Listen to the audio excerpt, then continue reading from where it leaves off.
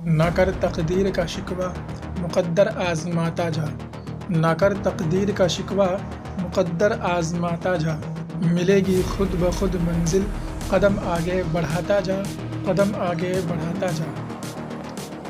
السلام علیکم دوستو، welcome to my channel D I study.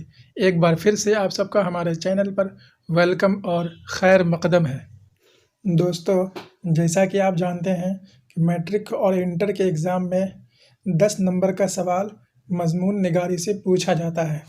اگر نمبر کے اعتبار سے دیکھیں تو سب سے زیادہ نمبر مضمون نگاری پر ہی ملتے ہیں، تو اسی لیے مضمون نگاری کی تیاری کرنی بہت ہی ضروری ہے۔ تو آج کے ویڈیو میں ہم یوم جمہوریہ کے اوپر ایک مضمون دیکھیں گے۔ یہاں پر میں بتاتا چلوں، کرونا وائرس کے عنوان سے ایک مضمون ہمارے چینل پر اپلوڈ ہے۔ اگر آپ نے نہیں دیکھا ہے تو دیکھ لیں، ویڈیو کا لنک نیچے ڈسکرپشن باکس میں مل جائے گا۔ تو چلیے بنا کسی دیر کیے اس ویڈیو کو شروع کرتے ہیں۔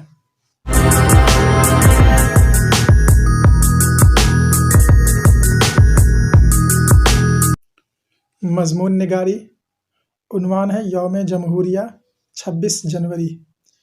26 جنوری کا دن ہم ہندوستانیوں کے لیے بہت ہی اہم دن ہے۔ اسی دن ہمارے ملک کا آئین نافذ کیا گیا تھا اور اسی دن ہمارا ملک ایک جمہوری ریاست تسلیم کیا گیا تھا۔ اسی لیے ہم اسے یوم جمہوریہ کہتے ہیں۔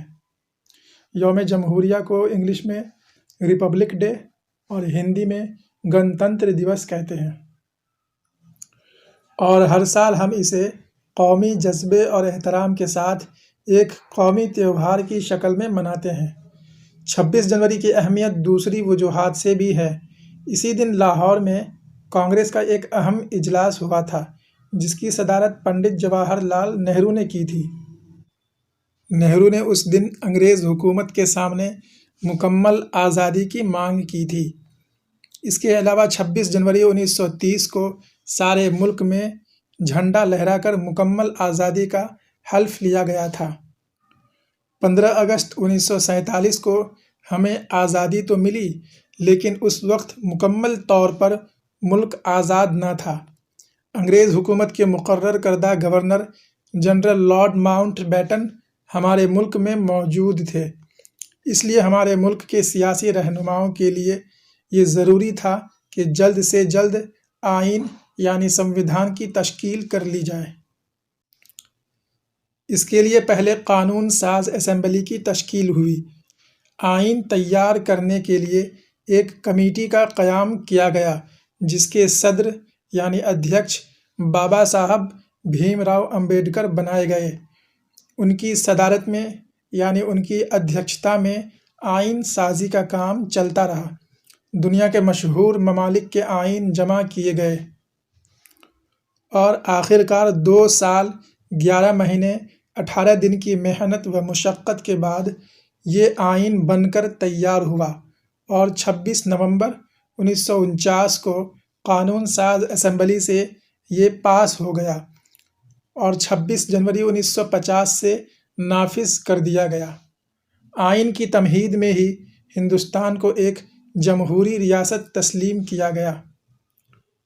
آزادی ملنے اور آئین نافذ ہونے کے بعد پہلا عام انتخاب ہونے تک ملک میں عارضی حکومت رہی، جس کے وزیر اعظم پنڈت جواہر لال نہرو تھے اور ڈاکٹر راجندر پرساد آزاد ہندوستان کے پہلے صدر جمہوریہ یعنی راشٹرپتی تھے۔